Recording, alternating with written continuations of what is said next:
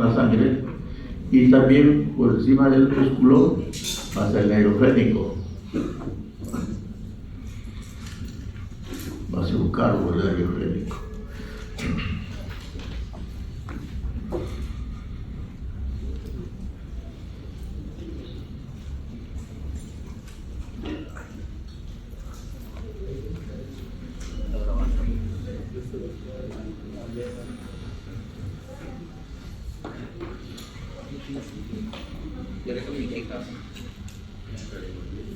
Contenido del triángulo subclavio. Contenido del triángulo subclavio. Contenido del triángulo subclavio.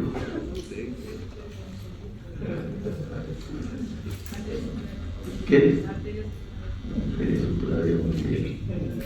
¿Qué más?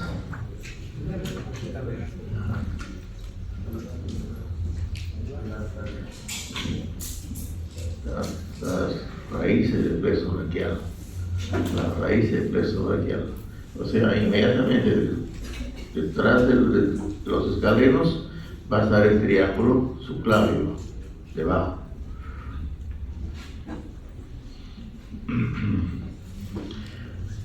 En el triángulo carotidio, ¿qué encontramos?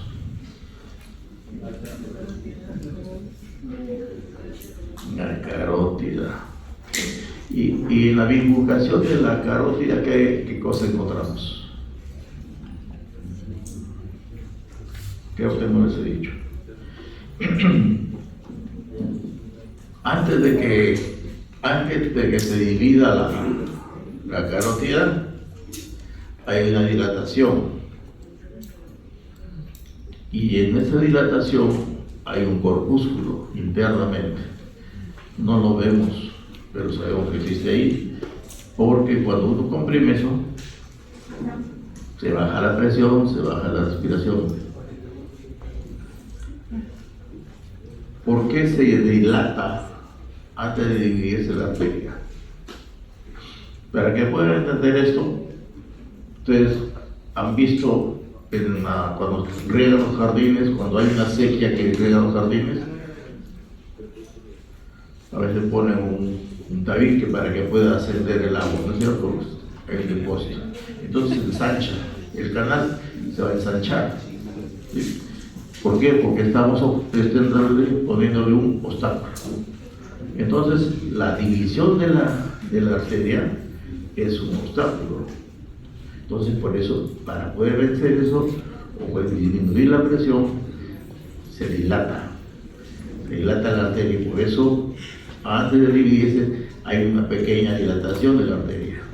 En esa dilatación de la arteria está el corpúsculo carotídeo. Este corpúsculo tiene fibras parasimpáticas. Parasimpáticas disminuye, uno lo estimula, va a disminuir la frecuencia respiratoria, va a disminuir la frecuencia cardíaca.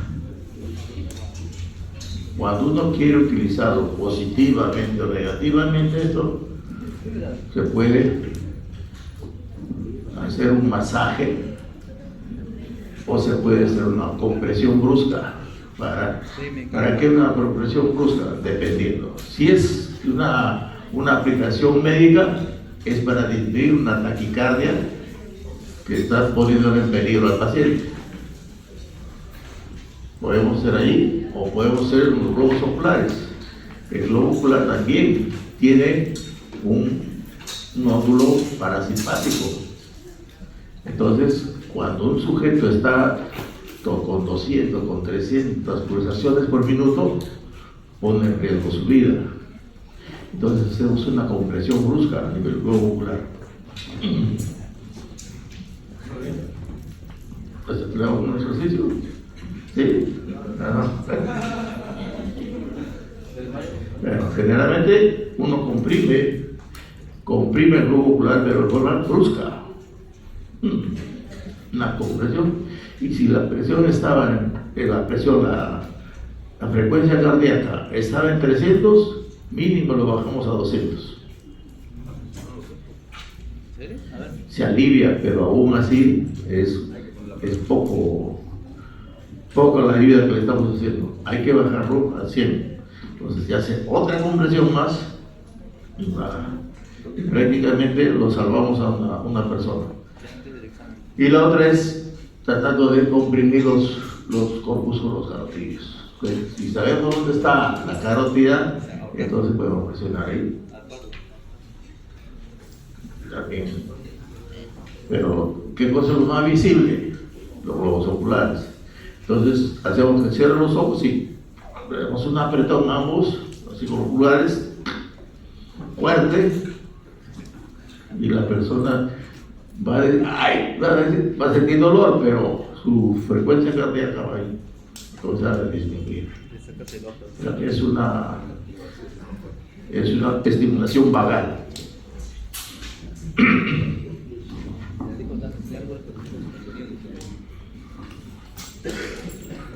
Bueno, 8 y 8, podemos arrancar la clase de hoy día.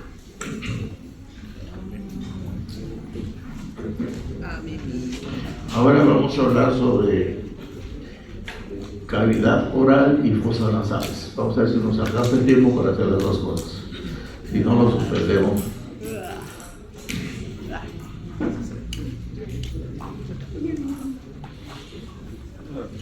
Ya.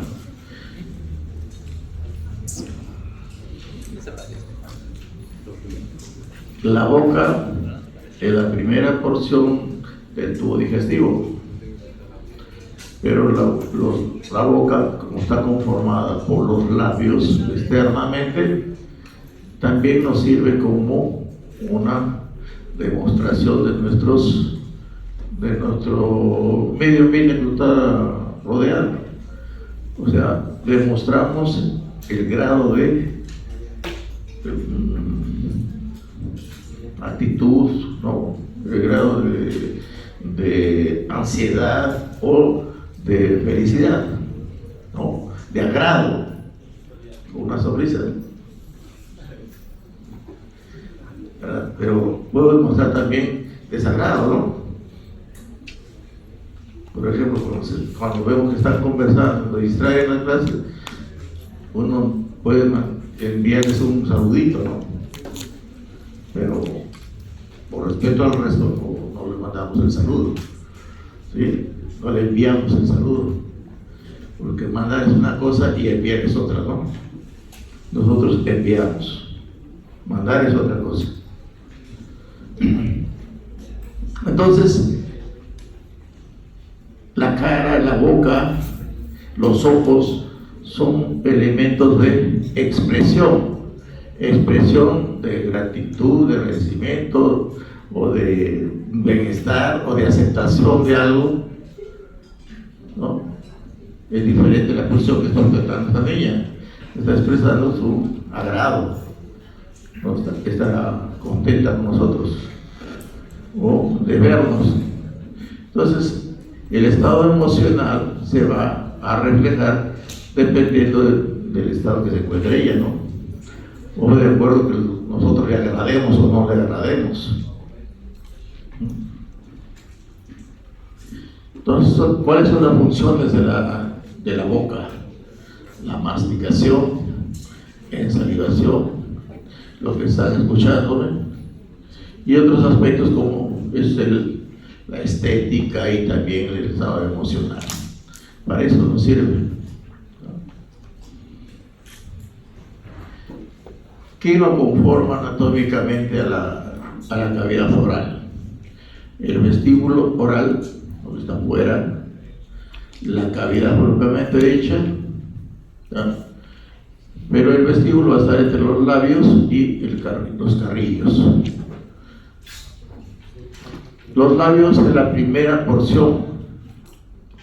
El labio superior es diferente que el inferior, ¿no? El superior te va a presentar el arco de Cupido. Cupido es un dios ¿no? de la casa con un arco.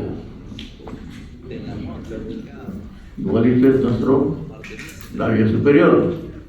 Tiene el arco de Cupido, porque tiene dos porciones, una porción central que es el filtro y las partes laterales que deberían ser las dos cada partes posteriores del arco de Cupido. Arco de Cupido porque el arco del Cupido tiene como una flecha. Entonces la flecha, para que pueda ser expulsada, hay que traccionar la cuerda y se forma el arco, ¿no? Tracciona la cuerda, soltamos y sale disparada la flecha. Entonces por eso se llama el arco de Cupido a la parte superior. Este es el arco de Cupido, ¿verdad? Este es el filtro y este son las alas del arco. Labio superior, el labio inferior mucho más carnoso que el superior. Las partes laterales son las comisuras labiales. Comisuras labiales.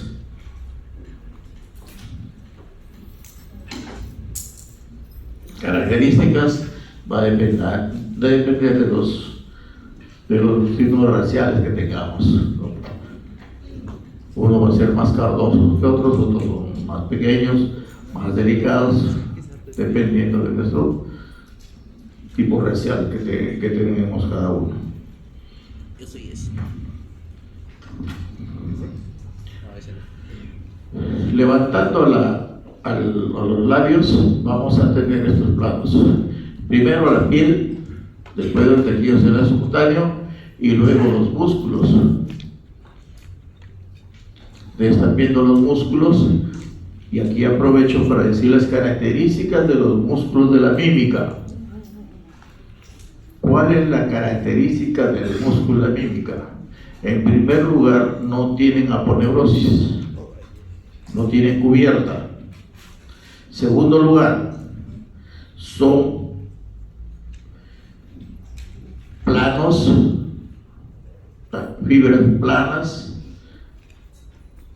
que tienen su inserción en la parte profunda y terminan en la piel. Su inserción, estoy diciendo, es en la parte profunda, no necesariamente hueso. Puede ser un tendón, puede ser una aponeurosis. Y de allí se dirige hacia la superficie. Entonces, su acción del músculo de la mímica es demostrar los gestos, pues se llaman las gesticulaciones.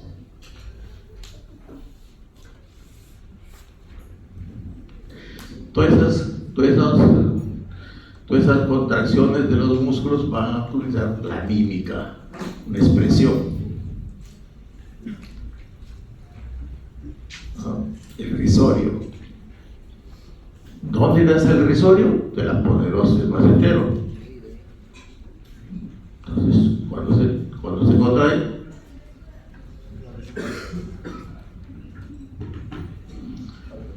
ahí están viendo, miren, los músculos de la mímica. Este es el triangular de los labios, este es el cuadrado, este es el orbicular de los labios, superior e inferior. Acá está el cigomático mayor, acá el elevador del labio superior, y este es el ala de la nariz. Aquí la parte ya más superficial o más profunda va a ser el macetero, que no es músculo de la mímica. El macetero no es músculo de la mímica, sino es un músculo masticación. Ese músculo sí va a tener fascia, va a tener cubierta. Y miren las ramas de la arteria facial. Les dije que la arteria facial se dirigía hacia la comisura labial. Se dirigía, no llegaba ahí, pero se dirige hacia acá. ¿Sí? Se dirige. Y al dirigirse ahí da una rama superior y una rama inferior. La orbicular de los labios. Entonces, los planos anatómicos del labio va a ser 5: piel, tejido subcutáneo, músculos, después va a ser una capa submucosa y después la mucosa. Ahí está. Piel, tejido subcutáneo, músculos, sistema vascular, glandular y mucosa. está la piel. Es diferente el mermellón, que es esto, que es mucosa, y la piel está en el límite. Esta es la mucosa y acá está la piel. Cuando nosotros tenemos que recuperar una lesión del labio, tenemos que saber utilizar las suturas. En lo que es mucosa ponemos uno reabsorbible, y cuando es piel ponemos uno no reabsorbible. ¿Qué pasaría si utilizamos para ambos superficies la misma sutura? No podemos dejarle una sutura no reabsorbible y la mucosa, porque al retirarla va a sangrar. No podemos ponerle acá una sutura absorbible, porque va a dejar una cicatriz muy fea. Al reabsorberse ese hilo, va a dejar una cicatriz muy fea. Entonces uno tiene que saber escoger qué sutura usar en la piel y qué sutura usar en la mucosa. De repente muchos de ustedes han tenido un quiste mucoso, aún no está tranquilo y hasta que se encuentre en los labios se forma un quiste. ¿Por qué? Porque en toda la superficie de la mucosa tenemos glándulas mucosas, y cuando estos poros o estas desembocaduras de esas glándulas se obstruyen, se enquista su producción, se forma un quiste mucoso. Entonces hay que extraer esos quistes mucosos, hay que sacar toda la glándula porque ya no tiene salida.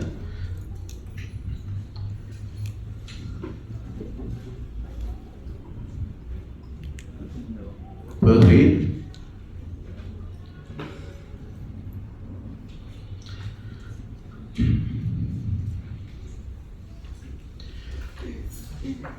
Este es el espacio del vestíbulo. Entonces hemos visto las características de los labios según las características raciales, ¿sí? Hemos visto también qué elementos lo conforman a la pared. La parte vascular, ¿de dónde se originaba? De acá, de la arteria facial. De la arteria facial. Se dirige, vuelvo a repetir, hacia la comisura labial, pero no va de frente a la comisura labial, sino que de ahí emergen dos ramas, una inferior y otra superior. Y sigue por el surco nasogeniano, entre la nariz y la cara. Por ahí va a surcar, va a ir dando ramas a todos los músculos superficiales y a la parte mucosa. Toda la parte lateral de la cara lo va a irrigar esta arteria, la arteria facial. Irrigación a todos estos músculos. Y luego va a dirigirse al surco nasal y va a terminar aquí en la angular. Y esa angular se va a anastomosar con una rama de la arteria oftálmica y forman una anastomosis entre la carótida externa y la carótida interna. ¿Por qué? Porque la oftálmica, ¿de dónde nacía? ¿Ya han visto la primera unidad? La arteria oftálmica es una rama de la cerebral anterior, ¿no? Entonces, la oftálmica viene a ser una subrama de la carótida interna, y esa va a ser su anastomosis con esta rama de la carótida externa, que es la facial, la angular con la nasal. La rama que termina la arteria oftálmica se llama nasal, y la rama que termina la arteria facial se llama la angular. La facial con la angular van hacia la anastomosis, la parte superficial. Estos son los quistes mucosos que les he dicho, ¿no? En toda la superficie hay glándulas mucosas, que su producto es el moco. Su producto eso es la mucosidad. Entonces, cuando se obstruye su poro, se forman los quistes mucosos. Ya son tremendos, hay que retirarlo todo. Hay que extraer toda esa glándula que se ha enquistado para que pueda curarse. Si solamente lo rompemos, se va a volver a fibrosar este orificio y vuelve a formarse el quiste. Entonces aquí sí hay que sacar toda la glándula.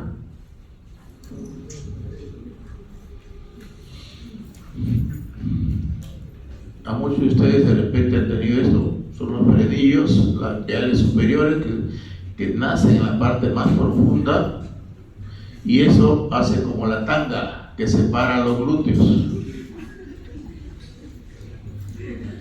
¿Ya? Entonces cuando tenemos un frenillo labial superior así profundo, antes de que comiencen a salir los dientes definitivos, hay que estirparlo. Esto se llama diastema. Diastema. Bueno, los dientes están separados. ¿Ustedes se acuerdan de Ronaldinho? Ese negro que juega en Barcelona, brasileño. ¿Cómo tenía sus dientes? Separados, ¿no? Así, abiertos.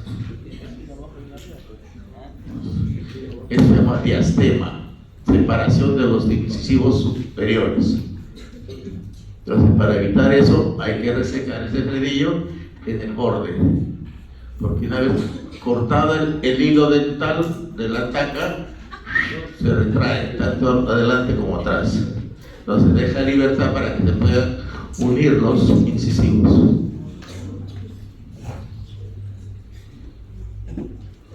Esta es ya una malformación congénita que se llama fisura labial. Fisura labial. ¿Ya? Labio fisurado. ¿Ya? Entre comillas, el término vulgar. Su término es de fisura labial, ¿ya?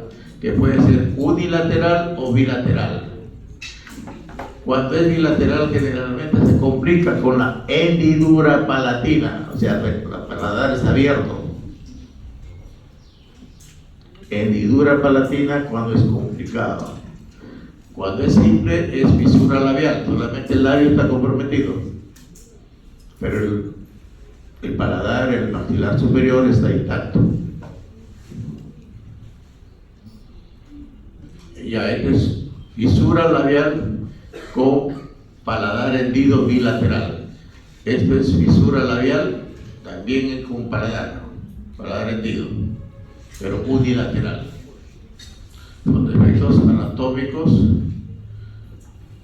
Estos se llama queilosis, una patología por procesos infecciosos o por constante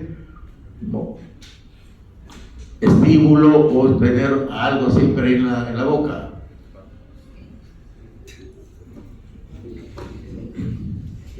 Esa queilitis puede convertirse en un cáncer. Cuando es constante, el estímulo constante puede convertirse en un cáncer de labio. Ya es un cáncer. Está irritado, está puloso.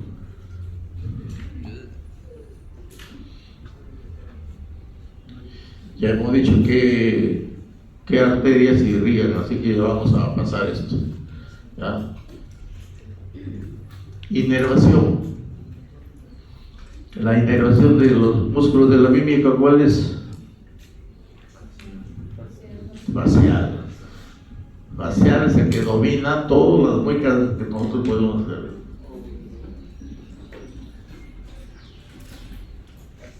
Toda la boca. Auriculares, frontal, el músculo del ceño, el prócer se llama, prócer, que une las cejas, que demuestra que uno está molesto, el prócer. Todos esos músculos lo va a irrigar la arteria facial. Y la inervación es exclusivo del facial superficial. El nervio facial verdadero es el de la mímica, motor. Hay un paralelo que es el nervio, el intermediario del driver, que no es motor, sino es sensitivo o sensorial. Ese no va a originarse dentro del cráneo, sino se origina, lo que vamos a decir en un momento, se origina afuera. Tanto los sensitivos como los sensoriales tienen origen externo. ¿Sí? El motor es el que tiene origen interno, pero los sensoriales y el sensitivo tienen origen superficial.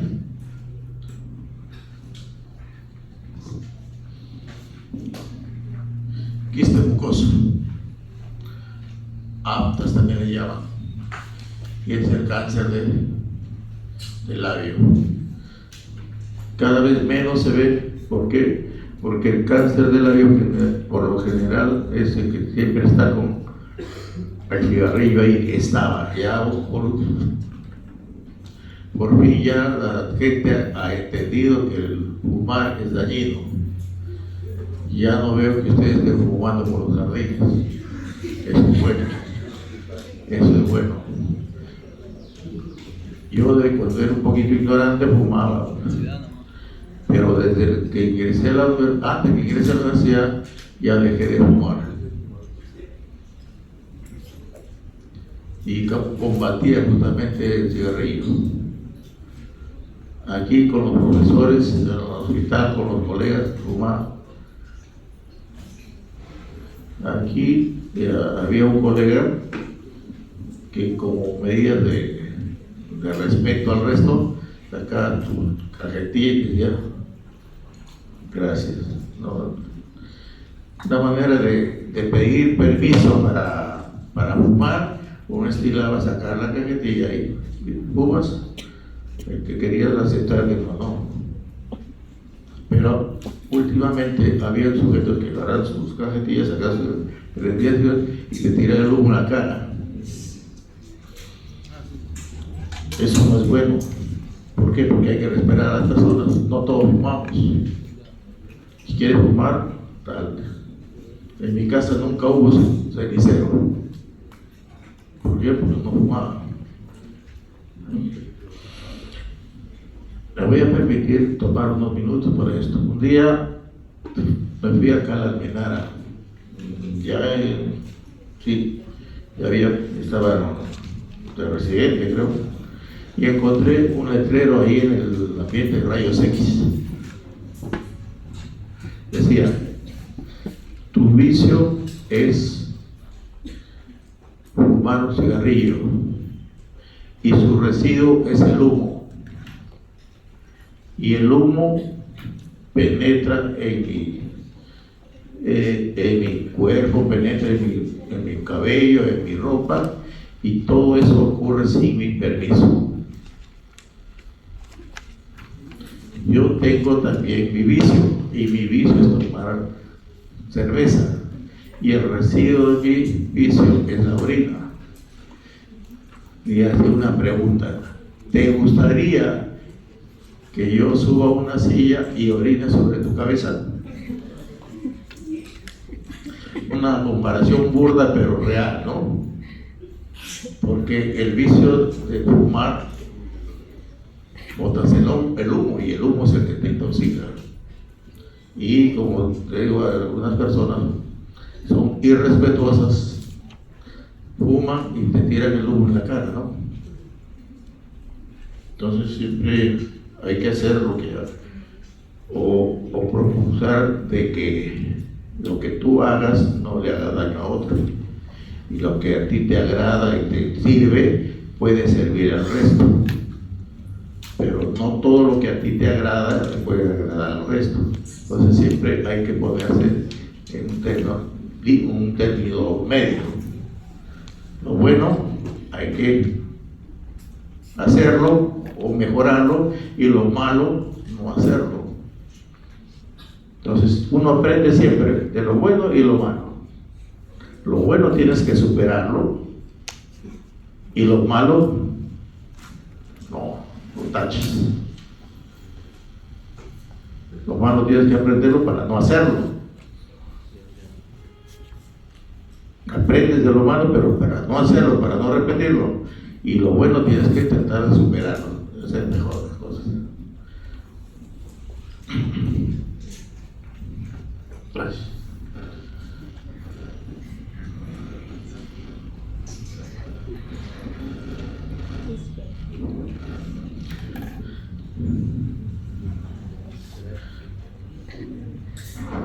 Se llaman mejillas o región geniana. ¿No? A las mejillas se le conoce como la región geniana. Geniana porque es producto de las expresiones, ¿no? Entonces, igual que en el labio, vamos a tener las mismas características, ¿no? Solamente que la forma va a variar. Su forma es diferente en los labios, tanto el superior como el inferior. Y la porción de la geniana es esta, la parte más amplia de la cara. Tu pared formada con toda la pared de la boca, ¿no? Y el músculo que va a ser la pared de la región geniana, ¿quién es? El músculo bucinador. Este músculo, igual que el músculo macetero, no va a estar inervado por el nervio facial. ¿Ya?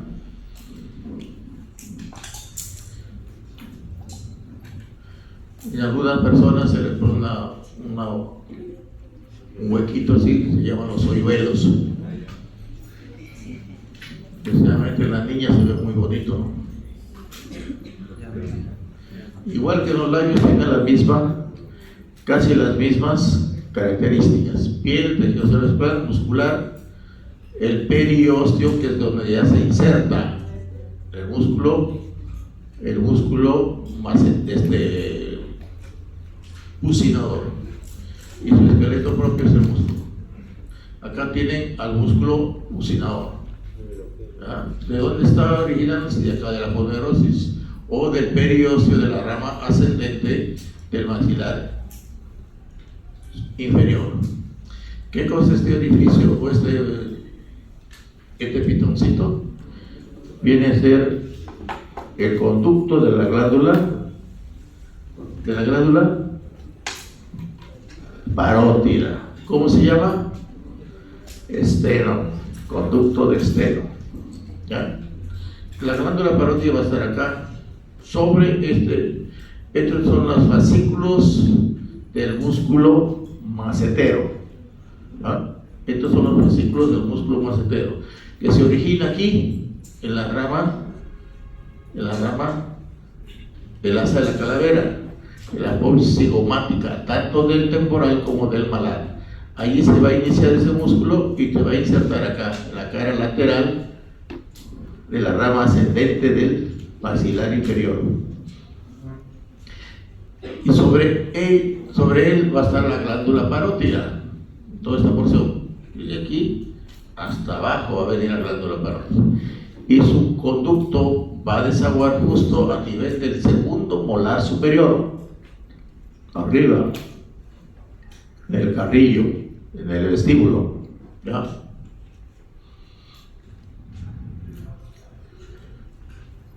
Y entonces aquí se ha seccionado al músculo risorio central. Entonces las porciones hemos dicho qué elementos lo forman: piel, tejido cerebral subcutáneo, los vasos. Ya sabemos que los vasos sí van a ser diferentes. Las arterias que van a irrigar a estos músculos ya no van a pertenecer a la facial, sino van a pertenecer al maxilar interno.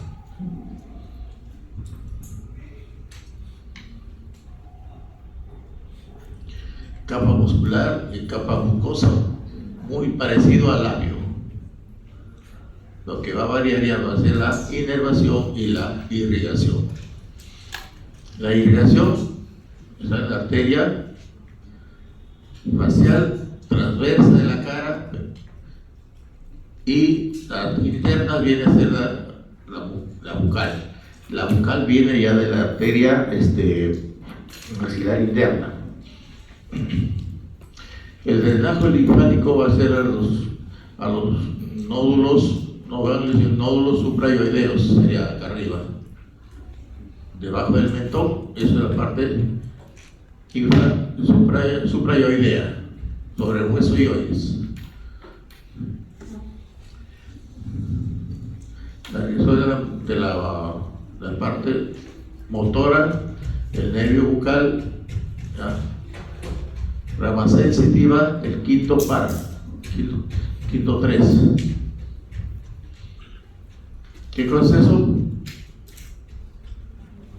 ¿Cómo se llama eso? Carúncula. Carúncula, donde termina el conducto, se llama carúncula. ¿Ya? No estamos viendo el conducto, estamos viendo su parte terminal. Y la parte terminal se llama la carúncula.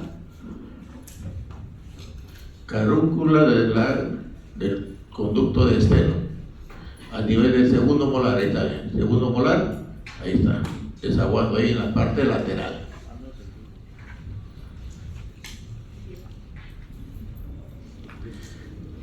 La región gingival o gingiva dentaria es donde se van a insertar las piezas dentales.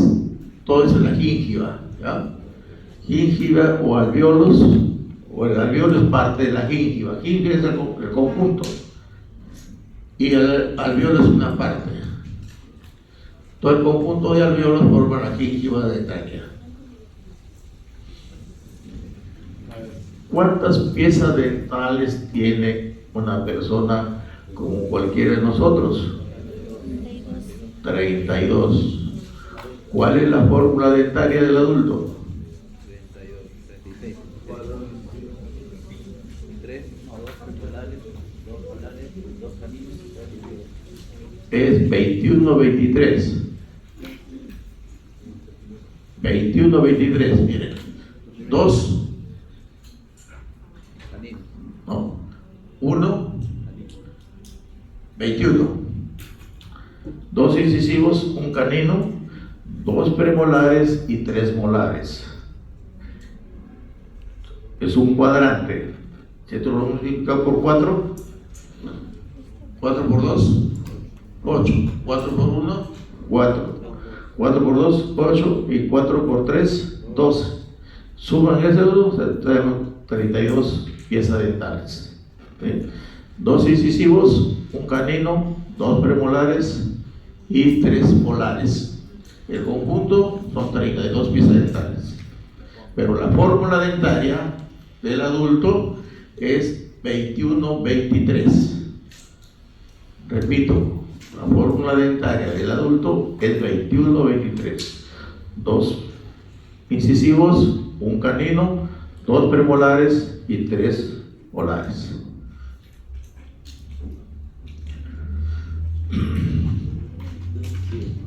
El componente vestibular entonces de la cavidad oral, el vestíbulo es el espacio entre el labio y la gingiva, ¿ya? La parte palatina, la parte, vamos a ver la parte interna, y la lingual donde está ocupando la lengua.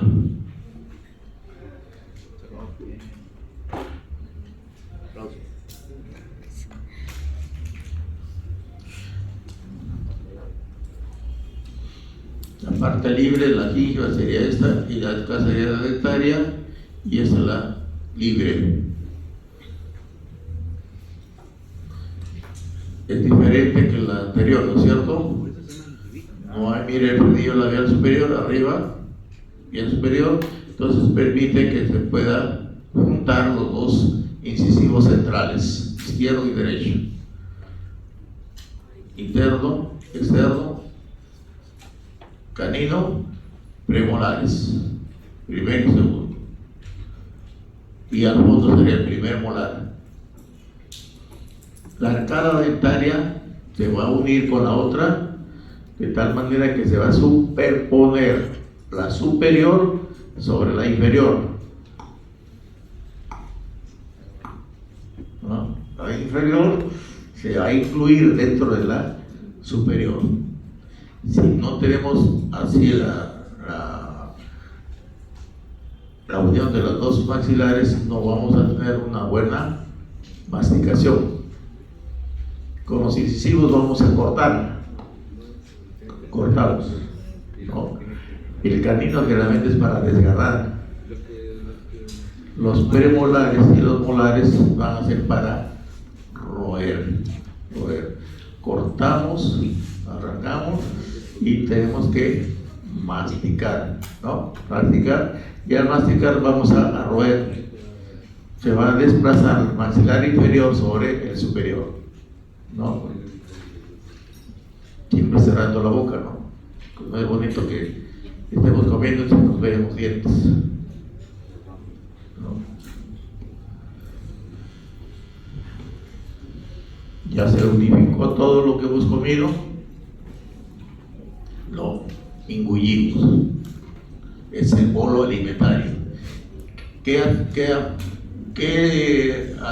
han participado en la masticación? Las 3 glándulas salivales: la parótida, la submaxilar y las linguales. Cada una de estas glándulas tiene su secreción de mayor a menor densidad. ¿Quién es la de mayor densidad?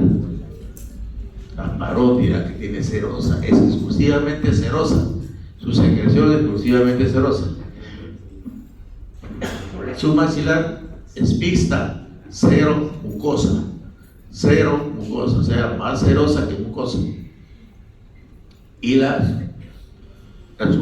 su lingual exclusivamente mucosa.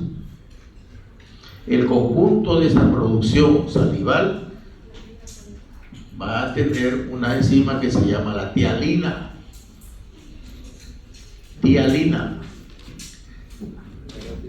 ¿Para qué sirve? Para amalgamar el bolo alimentario. Por eso es que es muy diferente comer la fruta que tragar el jugo.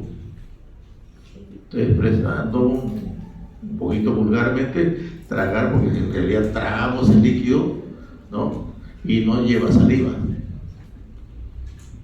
Entonces, mejor efecto, mejor aprovechamiento lo vamos a tener cuando nosotros mastiquemos la fruta. ¿Por qué? Porque va a llevar la tialina, que va a ayudar a la absorción pronta de la glucosa, de la fructosa, ¿no? Que tienen las frutas. Pero si tragamos el jugo, se va a ir de frente al estómago sin saliva. Entonces, se nos va a distender la pancita, vamos a andar con eructos, con flatulencia. Entonces, es mejor comer la fruta de tal manera que se van a ir absorbiendo rápidamente.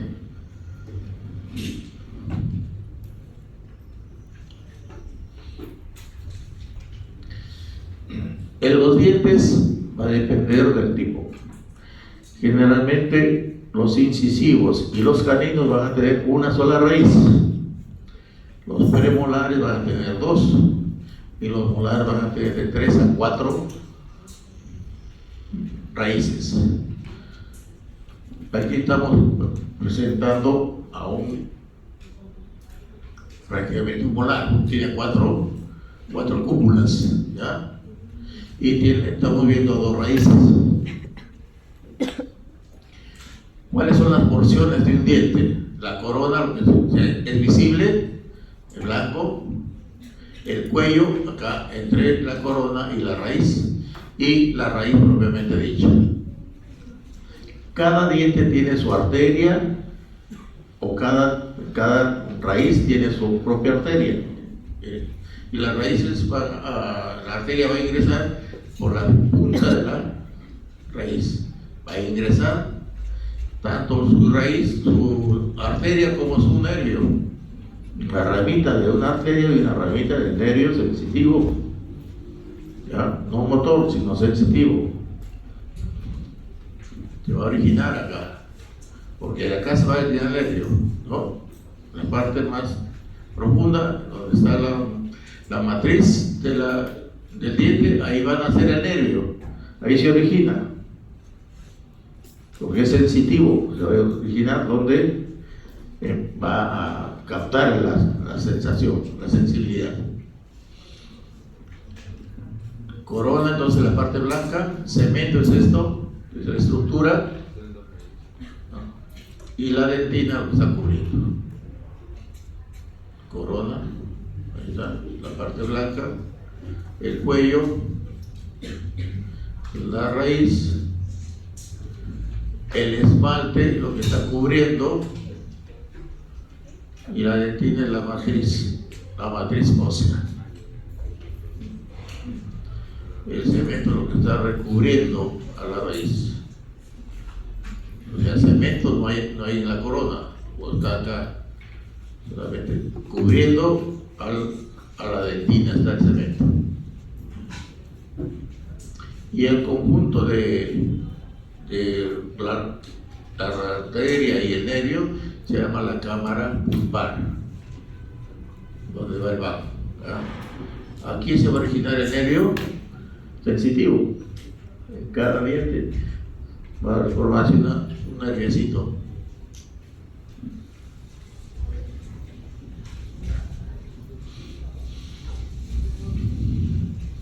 Entonces, donde termina la raíz es el ápice, o sea, la punta de la raíz, el ápice, y por ahí va a ingresar el vago o salir. La arteria entra, el nervio sale y la vena sale. ¿Ya? La arteria ingresa a irrigar, la vena regresa a la sangre que fue por la arteria y el nervio se va a originar acá en la pulpa, la cámara pulpar.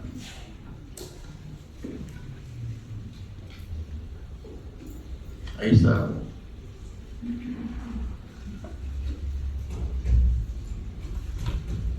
Un canino, dos incisivos, dos premolares y tres molares. Y está la fórmula, ¿eh? 2, 1, 2, 3. Dos incisivos, un canino, dos premolares y tres molares.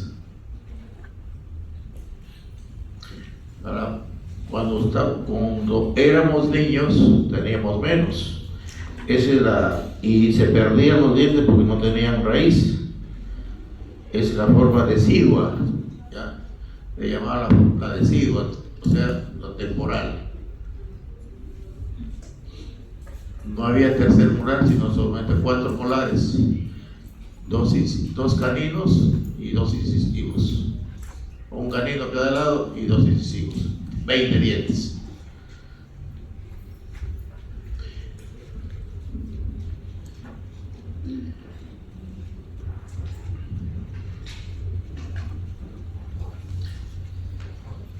La irrigación de la gingiva y los dientes que uno va a dar, la dentaria inferior, acá la dentaria inferior, sí les he mencionado que en el hueso maxilar inferior, en la parte interna, había un orificio que lo defendía una apófisis, la apófisis de Spick. La apófisis de Spick. Justamente esa es lo que el odontólogo les palpa a uno para ver cuando quiere bloquear un nervio. Trata de ingresar con el dedo y palpa la espina de Spick y por dentro de esa espina va a bloquear al nervio dental inferior. No es que quiere hacer una caricia a usted, sino que está buscando justamente la espina de Spick para poder utilizarlo como referencia y bloquear el nervio sensitivo. ¿Ya?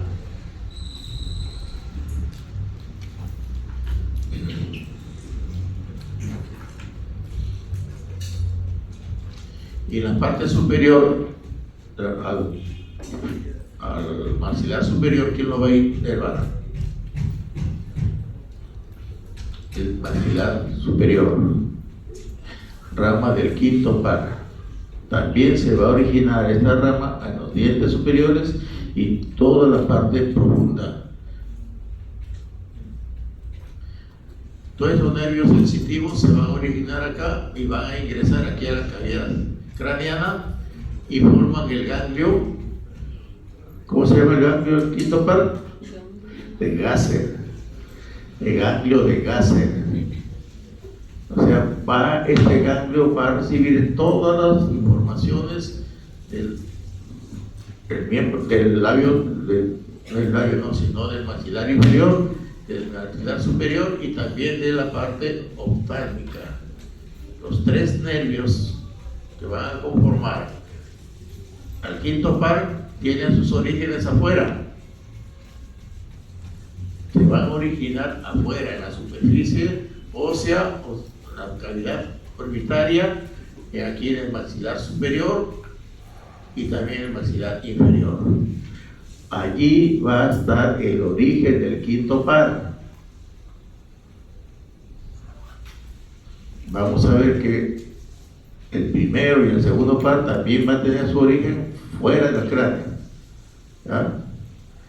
E ingresan, estos nervios ingresan, los nervios sensitivos y sensoriales ingresan de forma fuera del cráneo, pero se les consideran nervios craneales. Este es el maxilar superior, su rama infraorbitaria. Y este es el oftálmico, rama interna, rama superficial. Y la irrigación, la arteria anular superior, alveolar inferior. ¿De dónde viene? La arteria inferior, ¿de quién va a venir? De la maxilar superior, la maxilar interna, perdón, de la maxilar interna, ¿ya? Tanto el labio de la arteria inferior va a pertenecer a la maxilar interna, no pertenece a la facial. La facial es superficial.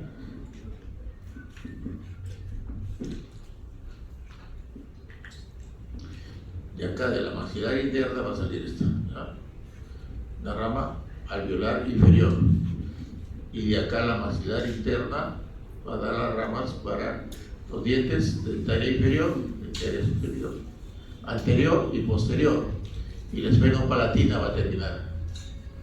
Va a dar ramas superficiales también para el oído, la oreja, para el oído auricular, también para el oído occipital y para las temporales profundas.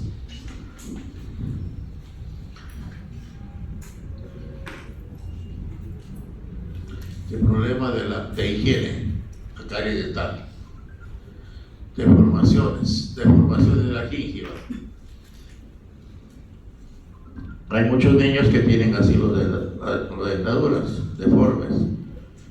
No se debe tocar todavía una mandíbula o un maxilar, sino cuando ya ha terminado su formación. Si nosotros tratamos de hundir un hueso, por ejemplo, en una fisura, una hendidura palatina, tratamos de unir el hueso, le vamos a dejar un maxilar superior pequeño y la mandíbula le va a sobrar.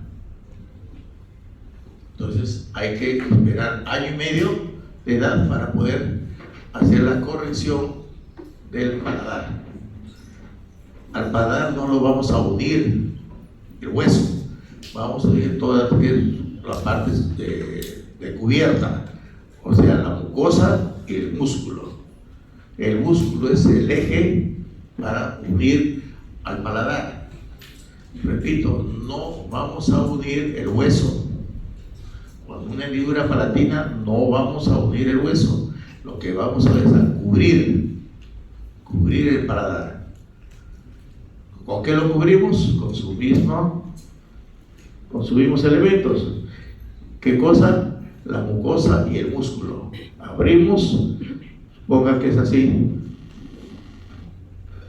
la parte libre, lo abrimos, cerramos la parte interna primero. ¿Para qué? Para formar el velo del paladar, arriba, y después la parte inferior. Suturamos la parte inferior, pero el esqueleto viene a ser el músculo y la mucosa es la cubierta. Entonces unimos los músculos, de esa manera cerramos el paladar, pero en base al músculo, y la parte interna lo posemos de todas maneras, la parte mucosa. El músculo con un solo punto, por eso aproximamos, porque esa es nuestra base, nuestro esqueleto. Nuestro objetivo es cerrar el orificio, cerrar el paladar. El hueso se va a ir uniendo. Hay niños que nacen con toda esta parte sin cubrir, un hueco. A veces hay malformaciones arteriovenosas que destruyen prácticamente la pirámide nasal. A esos niños no se les toca y progresivamente se va formando, se va llenando. Pero solamente uniendo los músculos motores, potentes que están debajo del paladar. Utilizamos como esqueleto solamente los músculos. En el caso de ¿cómo se llama estos? Hemangiomas, cuando dejamos que el hemangioma se desaparezca solo. Realmente a los 2 años y medio desaparece el hemangioma y se va formando la nariz. Entonces, no hay que apresurarse en tratar de cerrar. Esto ya se tiene que hacer cuando el niño ya sea grande, cuando ya sea un adolescente. Antes no se debe tocar, no se debe tratar de aproximar ni de separar. Excepcionalmente a veces se tiene que extraer un diente cuando falta espacio para que se localice, para que pueda engranarse.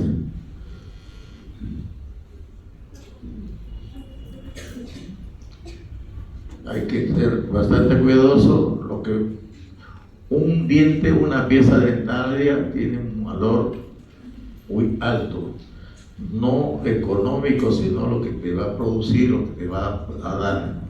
Si tú no lo sabes cuidar, vas a perderlo. Este es el paladar duro. El paladar duro está conformado por 2 huesos.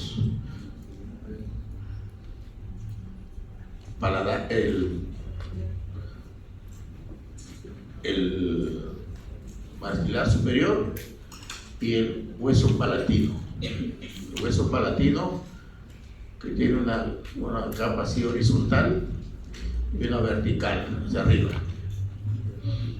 Son las láminas del palatino. Aquí el paladar duro conformado por maxilares superiores. El orificio oral. Cuando nosotros encontramos una hendidura palatina que puede ser unilateral o bilateral, entonces lo que nos interesa es cubrir este espacio. ¿Qué hacemos? Abrimos acá del reborde del dentario, abrimos acá y hacemos un clavo. Igualito acá, abrimos acá y aquí el borde libre lo abrimos. Suturamos por dentro primero y después el músculo. Tratamos de cerrar la brecha. El día siguiente de la operación vemos que toda esa parte que lo dejamos libre, acá queda como si fuese una coma grande, ¿no? Un hueco. El día siguiente ya está lleno ese hueco. El tejido fibroso trata de cubrir eso. Pues a las 48 horas ya el sujeto puede estar alimentándose, no con sólidos, pero sí con líquidos.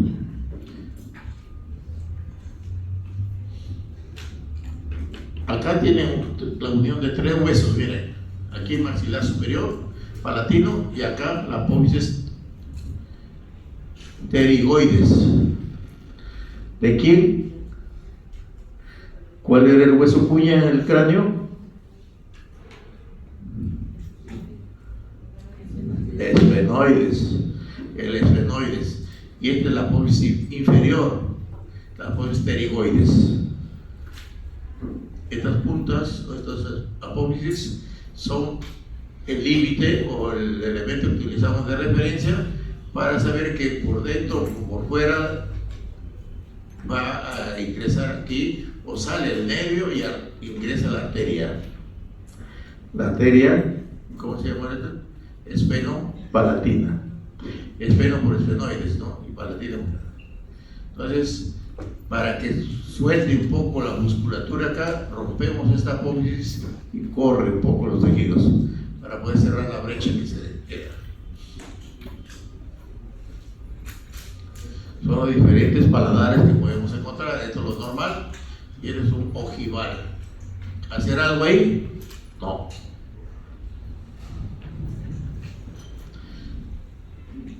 De repente, cuando tengamos que cuando el niño esté grande, romper acá el palatino y mejorar la respiración, porque un paladar ojival va a comprimir la parte media de la nariz, el tabique de la nariz.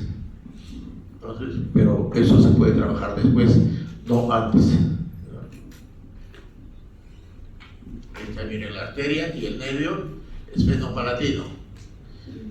Tanto la arteria como el nervio van a ir a cada uno de estos dientes.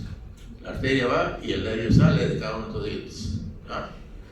¿Quiénes salen? El nervio y la vena. Va a ingresar la arteria. Miren acá la parte superior de la mucosa y esta es la submucosa. Y profundamente el músculo que es la base. El esqueleto acá. Entonces, cuando hay una hendidura palatina, a esta porción nosotros los cortamos así, algo semejante a esto. Dejamos un flap tanto a un lado y a otro lado. Evitamos lesionar la arteria, ¿no? Evitamos lesionar la arteria. Sacamos el músculo, el tejido celular subcutáneo y la mucosa. Eso normalmente lo hacemos correr. ¿Ya? En otros niños vemos que hay alteraciones del paladar blando. Eso sí se puede hacer antes. Antes del año podemos cerrar. Cuando hay una fisura o hendidura palatina posterior, la parte blanda se puede cerrar antes. Eso no va a impedir que el niño desarrolle su sistema óseo. No va a deformar el maxilar superior. Al contrario, le vamos a permitir que pueda tragar mejor, ¿no? Que pueda deglutir mejor.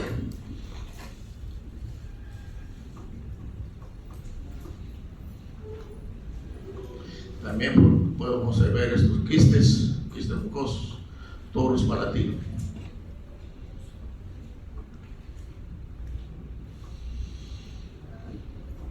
Estos orificios ya les he mencionado, el orificio incisivo anterior acá, y es el conducto agujero esfenopalatino. Creo que ahí terminamos con cavidad oral. No, entre la parte dura y entre la parte blanda, ¿ya?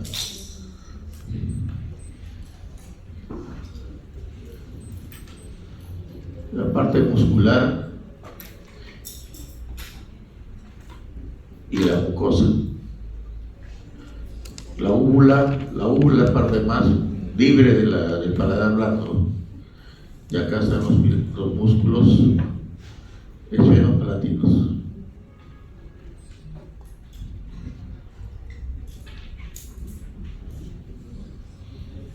Este es un corte de fosas nasales y también del paladar blando. Como lo vemos de atrás hacia adelante.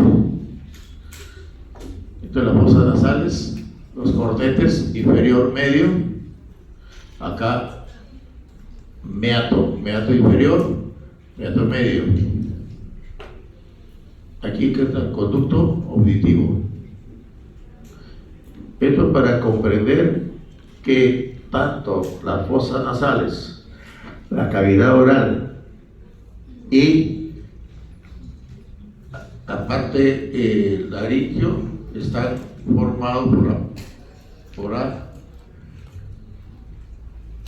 faringe. La faringe, la parte posterior, que tiene conexiones con la cavidad nasal, la nasofaringe, con la cavidad oral, la orofaringe, y la parte inferior con la laringofaringe. Aquí estamos hablando de la parte nasal y acá la parte oral. Esto estamos viendo a los músculos palatinos que conforman el velo del paladar. Todo este conjunto va a formar el velo del paladar, ¿ya? Este es el tensor del paladar. Peristabilidad externo, esto.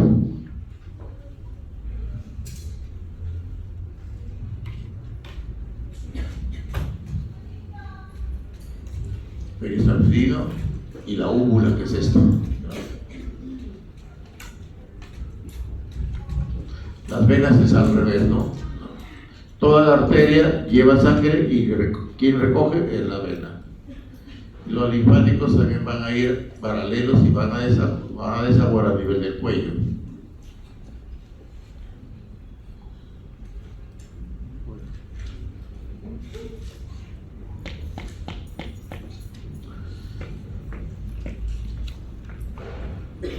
También les he dicho que tanto en cavidad oral como en las fosas nasales vamos a encontrar el inicio de varios nervios. Aquí en la parte anterior va a estar maxilar superior.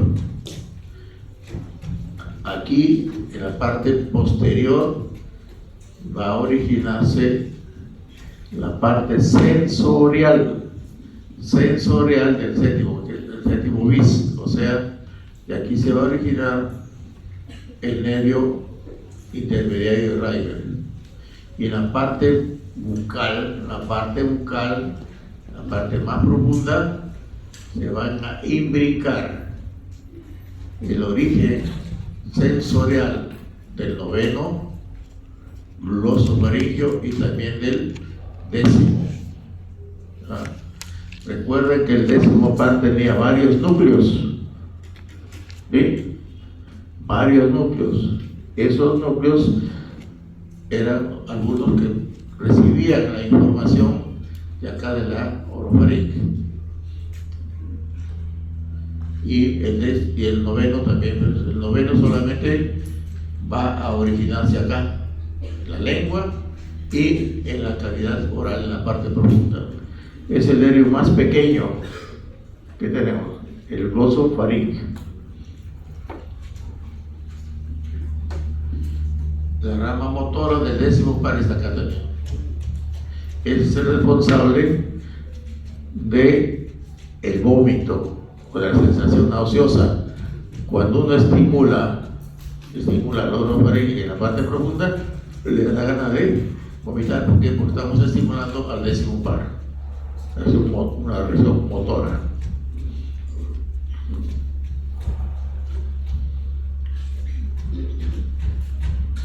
Esta es la parte inferior infralingual. Para ver a qué cosa. A este nerviosito. ¿Quién es?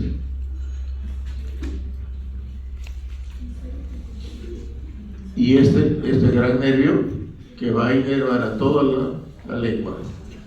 Este es el hipogloso. La arteria lingual viene exclusivamente para inervar a ella. La arteria lingual exclusivamente para inervar 3 capas de músculos que tiene la lengua. Los músculos intrínsecos, o sea, propios, y los extrínsecos. Los extrínsecos son los que llegan a la lengua y los intrínsecos son los que forman a la lengua. Vamos a ver en cortes que la lengua tiene 3 capas de músculos. Debajo de la mucosa va a haber 3 capas de músculos. primero los longitudinales superiores, luego los transversos, nuevamente los longitudinales inferiores. Por eso que es un órgano bien muscular, bien potente. Todos sus músculos son motores. Y estos son los esteriscos, los que llegan a la lengua. De las apófisis yeni va a la lengua, ¿cómo se llama? Yenioideos. Del ioides, iogloso. Del paladar, palatogloso. Palato, iogloso, geniogloso. Son los extrínsecos. ¿No? Y los intrínsecos van a ser los longitudinales superiores, transversos y longitudinales inferiores. Este es el miloioideo. La base de la boca o el diafragma de la boca lo va a conformar este músculo, que es el miloioideo. Nace de acá del rafe medio y se va al borde interno de la mandíbula, del maxilar inferior, justo en esa línea oblicua, ¿no es cierto? Es la línea del miloioideo. ¿Por qué? Porque ahí se va a insertar este músculo, ¿no? Los dos van a conformar la base de la boca. Por debajo de ese músculo va a estar el vientre anterior del digástrico. Y la apófisis mastoides, acá a este ligamento intermedio que va a formar, que se va a dividir con el asta menor del ioides. Este es el vientre posterior y este es el vientre anterior, digástrico, dos fascículos, posterior y anterior, digástrico. Y este viene de la apófisis estiloides. Y como por su origen se lleva su nombre, estiloioideo.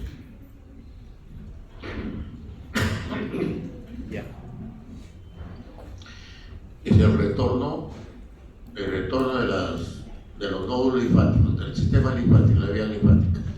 Va a formar los ganglios, los nódulos linfáticos, aquí hacia el maxilar, el submaxilar, y toda la parte anterior del esternocleidomastoideo. A ver, por acá. Los vasos en el mismo, la arteria viene hacia la misma. Y acá adelante vamos a ver la destructora de esta glándula, que es la glándula submaxilar. Vamos a encontrarlo aquí en el piso de la boca, dos carúnculas, izquierda y derecha. Lo va a separar el frenillo sublingual. El frenillo sublingual va a separar a las dos carúnculas, ¿ya? Y son acueductos de Wharton. Y las sublinguales son las que están acá. Las sublinguales hablan directamente en el vestíbulo. La sublingual entre la submaxilar.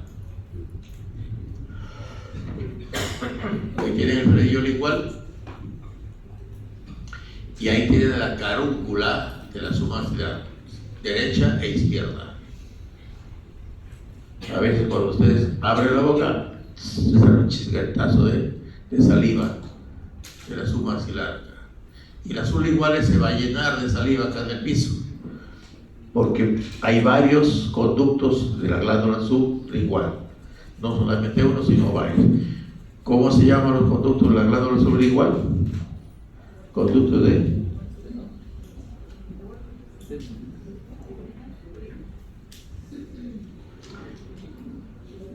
el conducto de la glándula o la carúncula de la glándula submaxilar. Estas carúnculas van a continuar al conducto de Wharton, pero los conductillos que están acá en el piso de la boca son los conductos de Rubinus.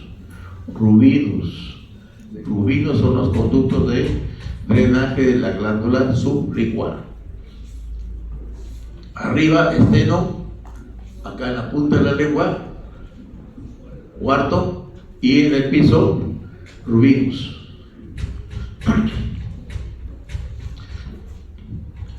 Hay muchos niños que nacen con este frenillo muy corto, de tal manera que la punta de la lengua está anclada, pero no lo movilizan. ¿Por qué? Porque no lo permite levantarlo. Entonces hay que soltar ese frenillo para que puedan lactar bien y también para que puedan hablar después. Lamentablemente muchos se dan cuenta cuando el niño no puede pronunciar palabras, solamente dice monosílabos. No pueden articular una palabra de 2 o 3 sílabas. Entonces uno le trata de que saque la lengua y no puede. Se queda ahí. No puede mover la lengua. Lengua anclada, ¿por qué? Porque el frenillo es muy corto y tiene atrapada la lengua. Cuando se dan cuenta, cuando no pueden hablar, es tarde. ¿Por qué? Porque la lengua no se ha desarrollado normalmente, como que se ha atrofiado. Uno puede soltar en ese momento la lengua, la puede reparar, pero necesita bastante ejercicio para que pueda recuperar su oración, su pronunciación. Entonces, esto se puede dar una cuenta cuando recién nace el niño. En la revisión general que se hace a un niño recién nacido antes de que salga de alta de la madre, si es que da en un hospital, ¿no? O cuando se lo revisa por primera vez al niño, hay que revisarlos. Primero desde los pies, las piernecitas, los muslos, las caderas, la barriguita, está completa, ¿no? Los canales inguinales, la línea media, todo eso lo revisa uno bien. Y al final le abre la boca. ¿Por qué no empezar por la cabeza? Porque si uno le abre la boca a un niño ya no se deja examinar. Entonces lo primero que hay que hacer es la parte más grosera, que no le puso mucho problema, mucha sensibilidad, y lo último ya examinamos la boca. Entonces ahí tratar de abrir la boquita, tratar de levantar la lengua. A veces uno está abriendo la boca, saca la lengua y no hay problema. Pero si no puede sacar la lengua, hay que ver por qué no lo puede sacar la lengua. Muchas veces el frenillo no es, ni siquiera tiene medio centímetro. Entonces la lengua está clavada ahí, se llama lengua anclada. Se libera el frenillo y se acabó el asunto. Este es el triángulo sublingual. ¿Qué encontramos en el triángulo sublingual? La arteria, el nervio y la vena sublingual. ¿Qué nervio? ¿Qué nervios encontramos ahí? El 11, el 12, el 13, el 7. ¿Qué nervio? ¿Qué nervio? El 12º, lingual, rama del lingual.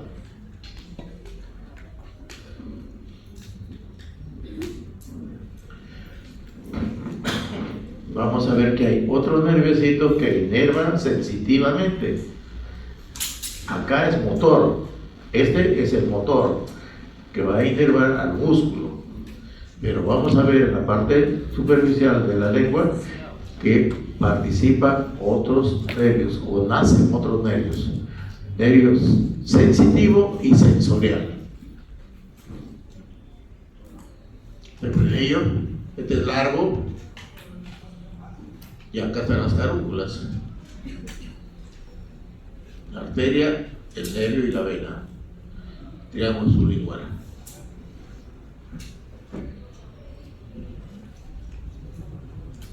Carúncula, la desembocadura, ¿no? Miren, varios orificios. En la sublingual, varios orificios. Estos son los orificios de Rubinus. Y acá sale la carúncula de la submaxilar. Miren, sublingual y ahí está la carúncula.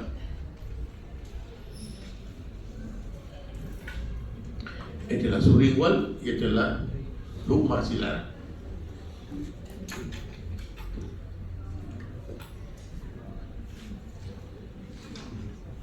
A veces también la glándula sublingual se atrofian sus orificios de salida, se atrofian los conductos de Rubinos y se forma esta gran quiste, se llama ránula. Cuando se obstruyen los orificios de Rubinos, se forma un quiste que se llama ránula. Entonces hay que extirparlo, todo este quiste. Prácticamente se extirpa toda la glándula sublingual.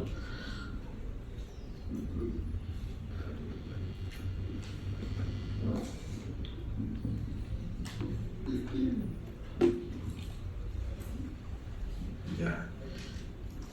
Nervio, entonces el nervio motor, el doceavo par, ¿ya? La vena,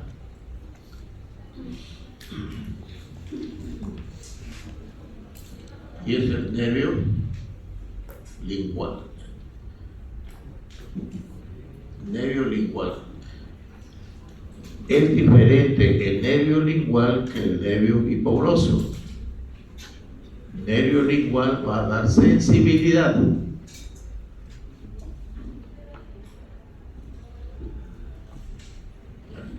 El nervio hipogloso va a inervar motoramente.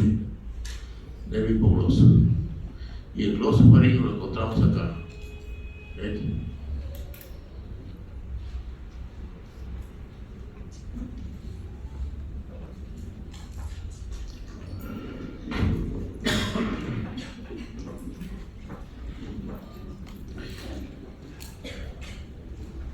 Este nerviosito es el nervio maxilar inferior.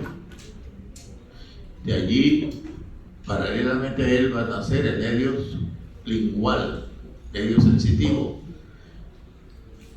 Y acá también va a ingresar el nervio intermediario de Reiber. Primero van a darle su maxilar.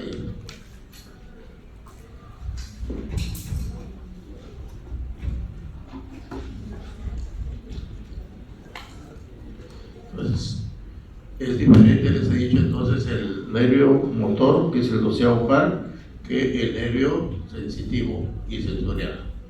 Acá es el ganglio, miren. Ganglio que recibe a la información y aquí va a ingresar ya el nervio sensitivo, nervio maxilar inferior.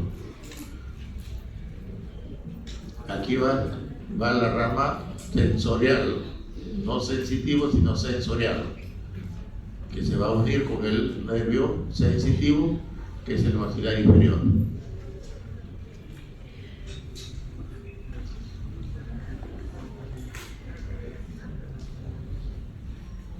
Como exploramos la parte oral, pero mejor es abrir la boca, levantar la lengua y con un bajalenguas volteamos a un lado, volteamos al otro y podemos examinar todo.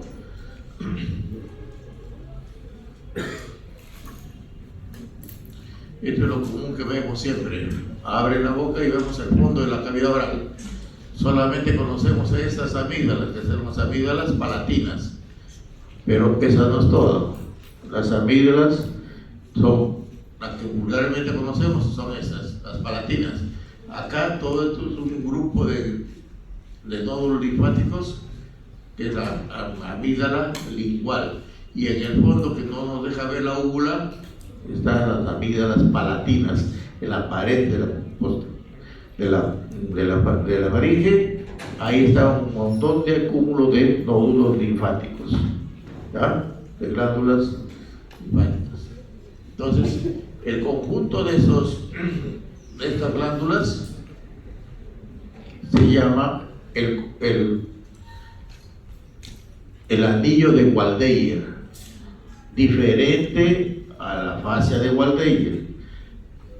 Anillo linfático de Waldeyer.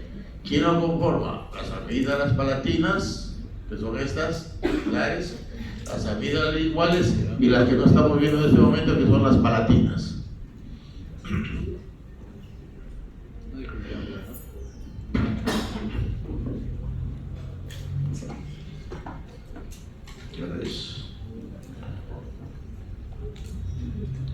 Tengo media hora todavía. quiero terminar con la parte de cavidad oral. Vamos a hacerlo, vamos a ver otro día. La lengua tiene 3 porciones, ¿ya? 2 anteriores y una posterior. ¿Qué lo diferencia al tercio posterior del tercio medio? Esta vez igual, con unas glándulas circunvaladas. Glándulas circunvaladas porque parecen anillos, ¿no? Sí, miren. Círculo, círculo, círculo, círculo, círculo, círculo. Esas son las glándulas circunvaladas que forman la B lingual. Va a separar al tercio medio del tercio posterior. Toda la parte posterior está lleno de glándulas, ¿ah? Y por eso que se conoce como la amígdala lingual. Acá tenemos la amígdala palatina, que lo conocemos todos, ¿sí? Y al fondo, en la faringe, miren, fondo de la faringe, aprieta todas las glándulas las palatinas. Me parece que nada parece la lingual, no es la lingual. ¿Por qué? Porque acá tenemos aquí a la epiglotis, y la epiglotis está al final de la lengua, no estamos viendo la palatina ahí. Miren la diferencia de la superficie mucosa de la lengua. Tercio distal, bastante accidentada, y la parte media y anterior con una mucosa muy fina. Pero dentro de la mucosa fina se resaltan unas glandulitas más grandes. ¿Sí? Cada vez unas más grandecitas. Y todo el resto algo más fino. Se ve mejor ahí. La base, el cuerpo y los bordes. La punta, el extremo. ¿Cuántas partes tiene entonces la lengua? La punta, los bordes, el cuerpo y la base. La base exclusivamente formado por tejido glandular. Acá glándulas muy pequeñitas, muy finas, que nos permiten captar los sabores. Dulce, ácido, agrio, la parte de la lengua. Salado también. Ustedes han visto los que prueban los alimentos con la punta de la lengua. ¿Qué cosas captan ahí? Los sabores. Si está bien el dulce, si está bien la sal, con la punta de la lengua. Pero si ustedes quieren catar un vino, tienen que tomar un trago, entre comillas, enjuagarse la boca para ver si le impregna, el sabor, que es un buen vino. Pero si no, lo boto inmediatamente porque es malo. Está bien agrio.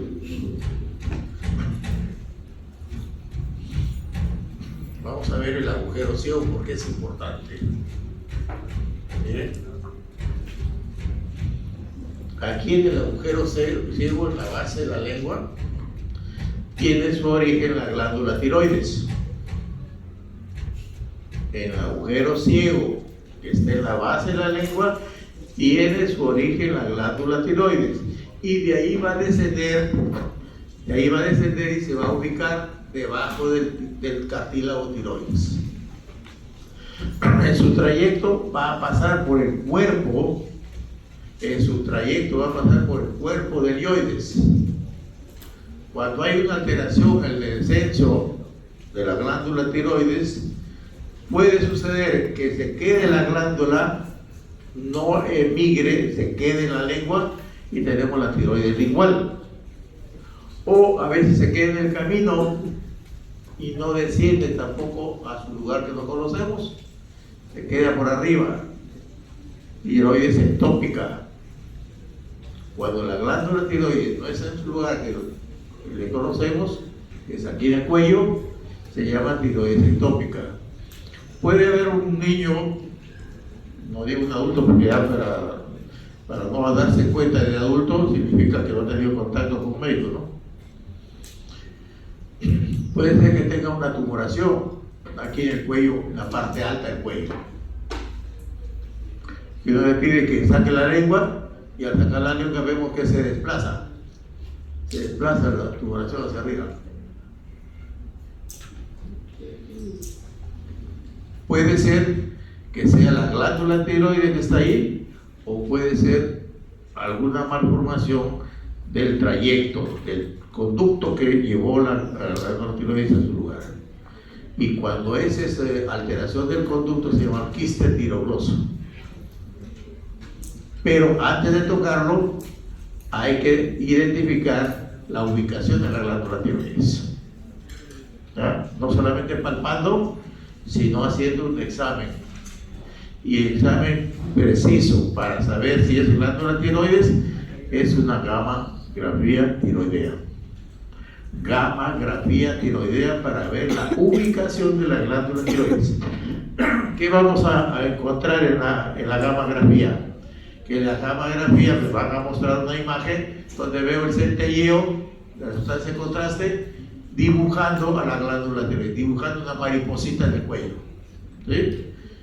Y si yo en esa exploración que encontré en mi examen clínico encuentro que ahí está pintado, es una glándula tiroides. ¿Qué debo hacer? Nada, no dejo ahí.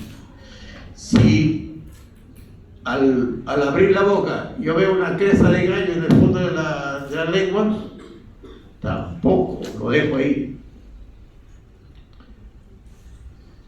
Y al sacar la lengua yo veo una cresta de gallo, una fresa en la base de la lengua, es una glándula tiroides que no emigró, que se quedó ahí.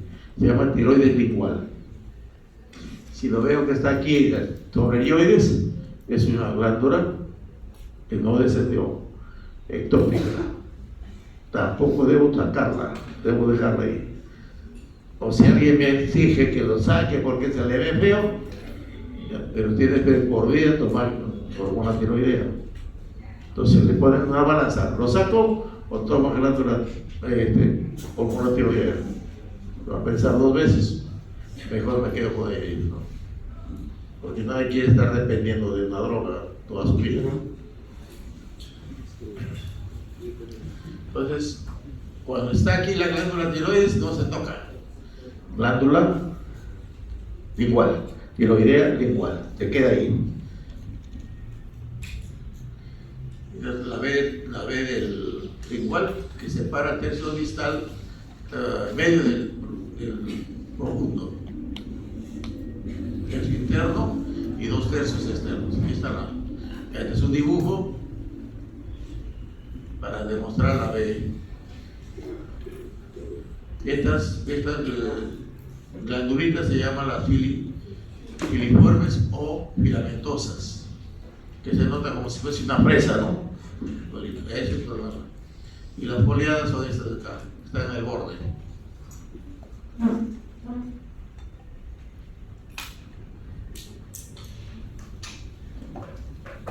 Entonces de aquí van a empezar, se van a tener las papilas gustativas. Ya lo hemos visto. También lo hemos visto. A los músculos extrínsecos. ¿Cuáles son los músculos extrínsecos? Los dije ya. Que nace la polingenia y llega a la lengua, el geniogloso, ¿no? Aquí del rafe medio se va a insertar en el maxilar inferior, miloioideo. Que viene del ioides, y va a dar iogloso, estilo palatogloso, paladar. Es el palatogloso. No es lingual. Iogloso. Ioides a la lengua. Y es el palatogloso. Paladar, la lengua. todos son los músculos extrínsecos. El más cercano es este, que es la concheni a la lengua. El miloideo, que no va a la lengua, pero por la parte de la lengua, a separar a la lengua. El palatogloso y el diogloso, del hueso ioides a la lengua. Ahí está un corte de la lengua. Miren arriba estos filetes de músculo cortados longitudinalmente, por eso que vemos estos filetes. De adelante hacia atrás, los superiores, los longitudinales superiores, acá forma lateral, los transversos, y acá nuevamente los longitudinales inferiores. ¿Ya? Toda esta masa muscular lo va a gobernar el doceavo para. Entonces, ahí está, este nervio lo va a gobernar. La arteria lingual que ya vimos y la vena lingual también lo hemos visto ya.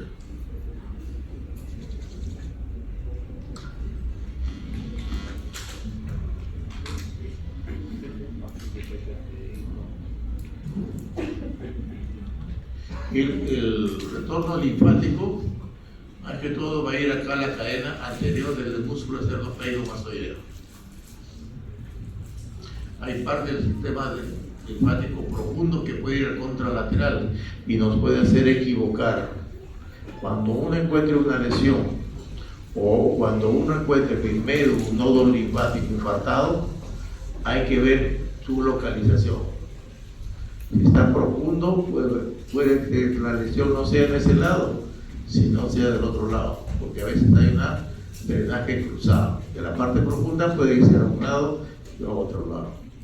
Entonces puede superficial, puede ser en la punta de la lengua, o en la cadena respectiva, ¿no? Si es izquierdo, será al lado izquierdo, pero cuando es profundo puede irse al otro lado. Felizmente que los cánceres de lengua no es muy común. También Fujimori nos tuvo como 10 años diciendo que tenía cáncer de lengua y no tuvo cáncer de lengua.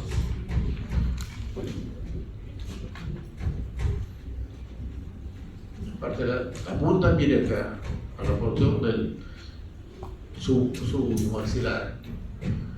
Igual acá también, su maxilar. Media su maxilar. Vía directa hacia acá, a los ganglios, entonces no hay problema. Ahora, la lengua tiene como inervación varios nervios. Uno que le da movimiento, que ya sabemos quién es, pero la sensibilidad y la sensorialidad,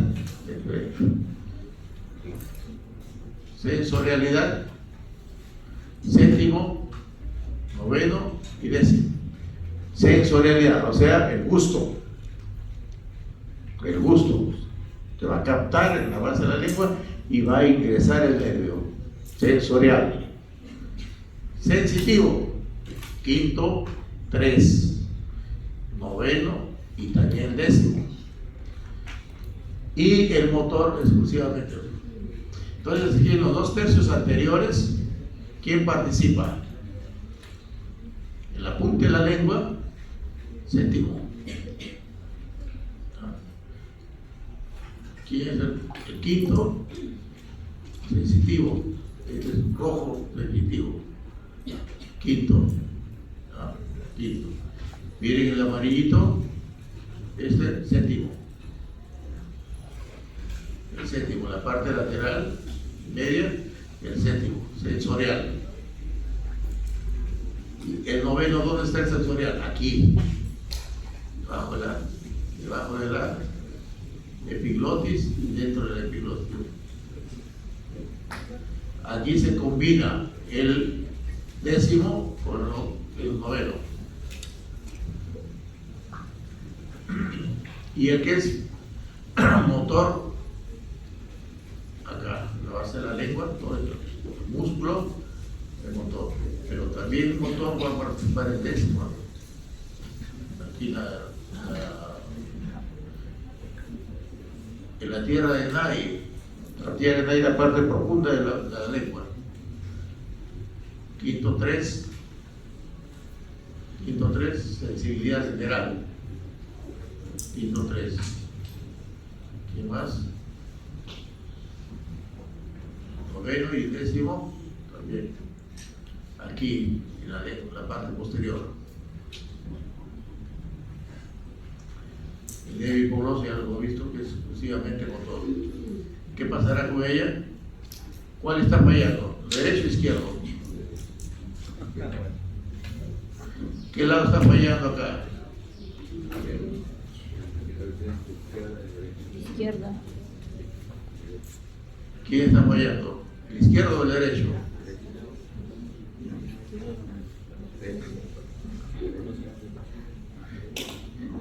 Está fallando el lado derecho. ¿Por qué? Porque el que está actuando está jalando, traccionando a la lengua, ¿no? Porque es motor. ¿Quién está fallando? Entonces el doceavo derecho. Por eso que la lengua está desviada hacia el lado izquierdo. No está lesionado a donde se desvía, está lesionado el que se suelta, que se deja llevar. Ese que se deja llevar es el que está lesionado.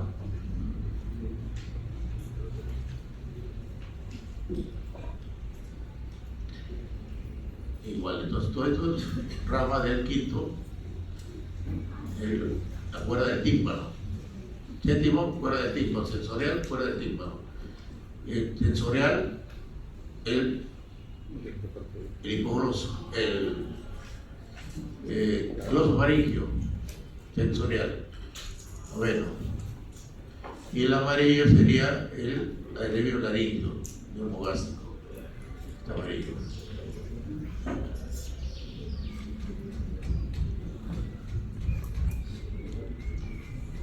Entonces de aquí nace la parte sensorial de la lengua. La punta, séptimo, acá el noveno y acá el décimo. Entonces cuando uno quiere examinar la lengua, tiene que traccionar, pero evitar de estimular estos nervios. Si estimulamos estos nervios, vamos a encontrar el reflejo vagal. Especialmente acá la parte distal, estaríamos estimulando al décimo par que provoca el vómito. Los niños son muy sensitivos, preferimos que saquen la lengua espontáneamente y no le ponemos el bajalenguas. Le ponemos el bajalengua ya cuando se engríen mucho. Entonces, pero primero uno está mirando bien, si no puede lograrlo, no nos hace caso. Realmente, ¿qué le decimos a un niño para que se examine? Abre la boca, ya. Día, grita. No, yo quiero. Grita. No quiero. Ahí agarra baja lengua y ¡pac! Le baja y ya bien rápidamente. Lo que nos interesa es ver cómo está la orofaringe. ¿Por qué le examinamos a un niño la orofaringe? Porque queremos descartar que tenga un proceso irritativo, ya sea de la faringe o de la glándula de la amígdala palatina. Entonces lo encontramos todo rojo ahí y ya no necesitamos bajar la lengua porque ya vimos.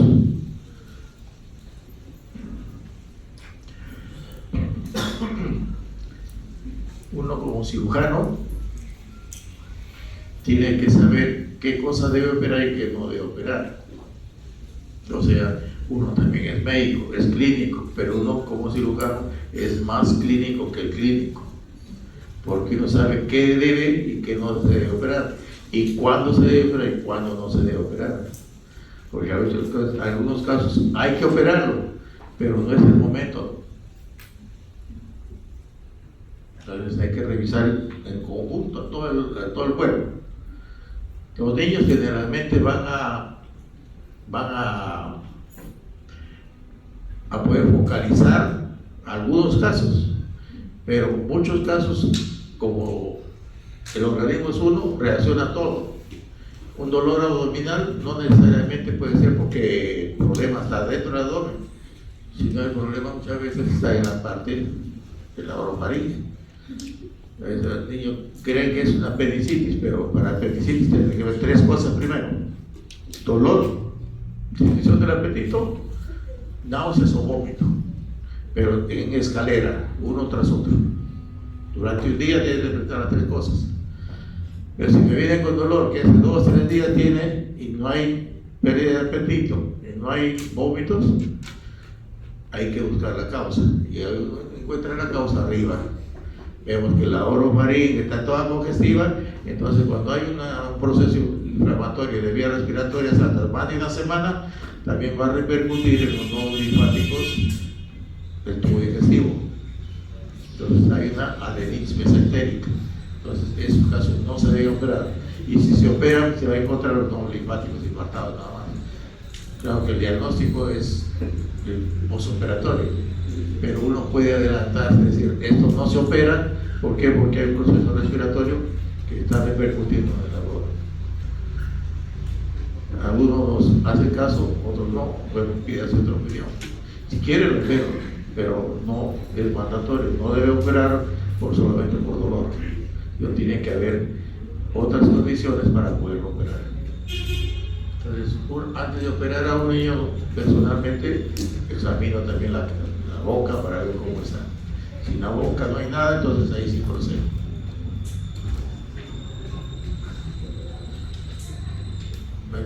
Lo vieron con el profesor Matuda, ya no tengo por qué decirle cómo es. Creo que es suficiente por ahora y dejamos la parte de fosas nasales para la próxima, ¿ya? Porque es largo.